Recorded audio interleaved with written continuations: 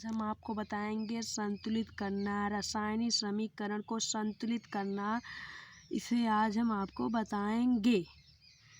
तो तैयार हो जाइए कॉपी कलम लेकर। आज हम आपको बताने के लिए रासायनिक संतुलित करना सिखाएंगे। तो इसके ऊपर मैंने पहले अलग से किया था, अब हम आपको इससे बताएंगे। बहुत अच्छे से समझिएगा, प्लीज़ समझिए, और चैनल को लाइक शेयर कमेंट करना ना भूलिएगा। तो आप देखिए, BA बेरियम 1 O2H2 मैंने इसे 1 में कर दिया। अब बताइए मैं O क्यों 2 लिख दिया और H क्यों 2 लिख दिया हूँ। इसका मतलब आप समझ रहे हैं कि कोष्टक O है, 2 इसका भी है, 2 इसका भी है। हाँ, ओके। तो फिर देखिए H 1, B हमारे कितना है, 1 है, और हमारा 1 है। इसका मतलब समझ रहे हैं मैं क्यों 1 लिख रहा हूँ ना, क्योंकि इसके नीचे 1 है, इसके नीचे 1 है, इसके नीचे 1 है, लेकिन इन दोनों के नीचे 2 था, इसके नीचे 1 था। ओके, समझ गए ना। अब आइए बाएं साइड, दाएं साइड, BA 1 BR, अब देख लीजिए इसके नीचे 2 है तो 2 लिख देंगे। ओके, अब H2O, H हमारा 2 है, O हमारा 1 है। ओके, तो अब आप इसे हमें देखिए, ये इतना मैंने लिखा है, इसका मतलब आपको मैं अभी समझाता हूँ। तो BA कितना है, BA 1 है, यहाँ भी देखिए BA 1 है, BA यहाँ भी 1 है, BA यहाँ भी 1, मतलब ये इसके बीच में एक तीर बना लीजिए समझने के लिए, क्योंकि ये अभिकारक है, ये उत्पाद है। तो BA 1 है, इसमें भी BA 1 है, O 2 है, इसमें O 1 है।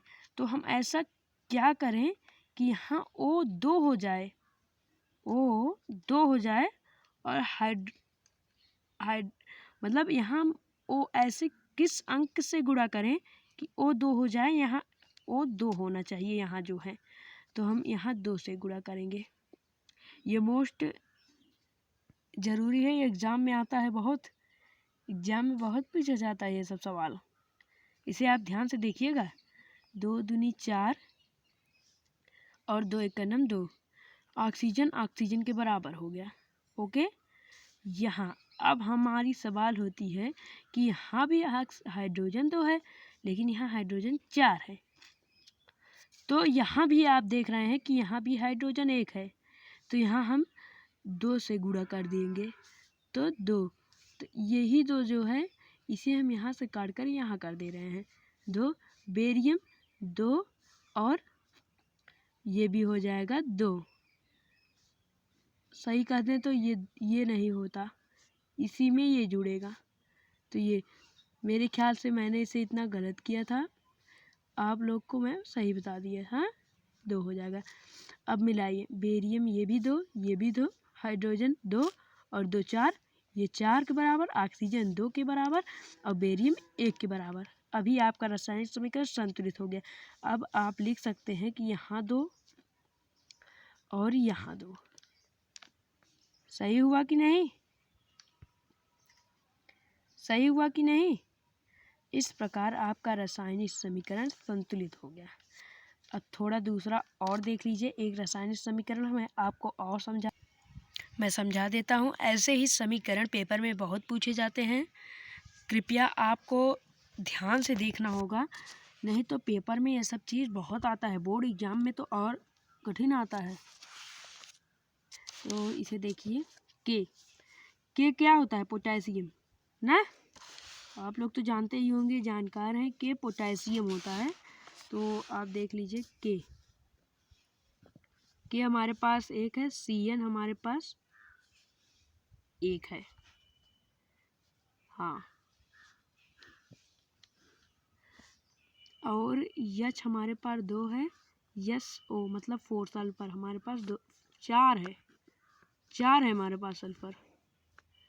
अब ये आप समझने के लिए कर दीजिए, समझने के लिए कर दिए कि नहीं, कि हमारे पास यहाँ 2 है, तो ये 2 है, कि हमारे पास यहाँ 2 है, SO हमारे पास 4 है, H हमारे पास यहाँ 1 है, और CN हमारे पास यहाँ 1 है। तो अब इस समीकरण को संतुलित कीजिए।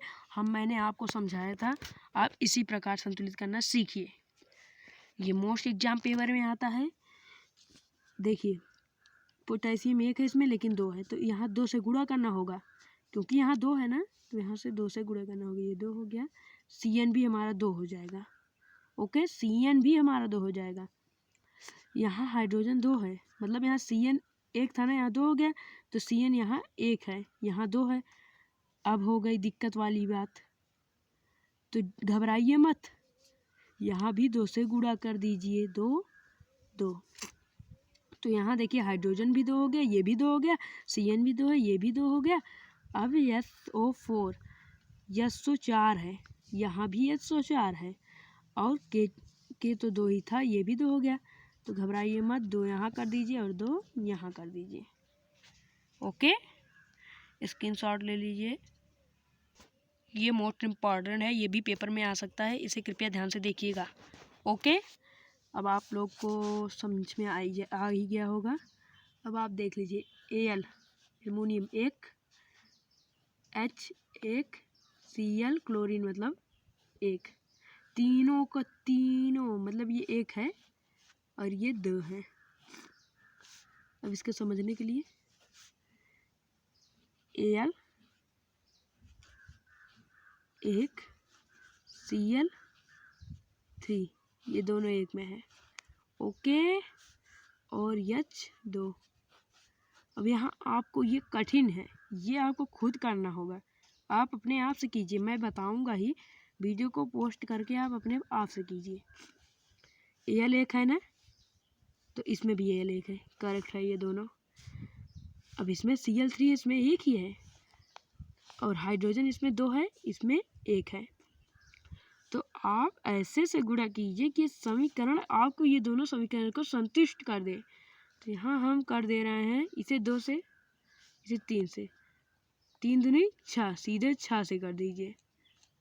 तो 6 करना 6 और 6 करना 6,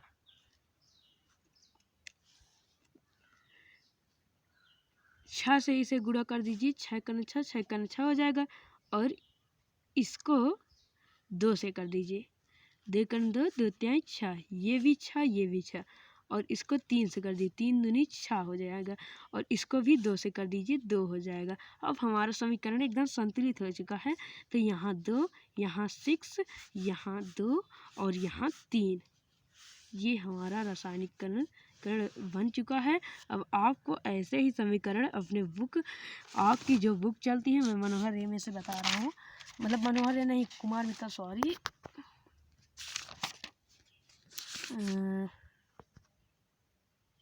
कुमार मित्तल कहाँ है कुमार मित्तल, जिसके पास हो गया, या NCERT सिलेबस में भी ये सब दिया रहता है, इसे समीकरण को संतुलित करना होता है। आप देख लीजिए, ये देखिए कई परीक्षा में भी पूछा गया है। ओके, आप कीजिए। अब आज के लिए बाय बाय, अगली वीडियो में हम आपको और अच्छे से समझाएंगे, जो भी लेक्चर ले आएंगे।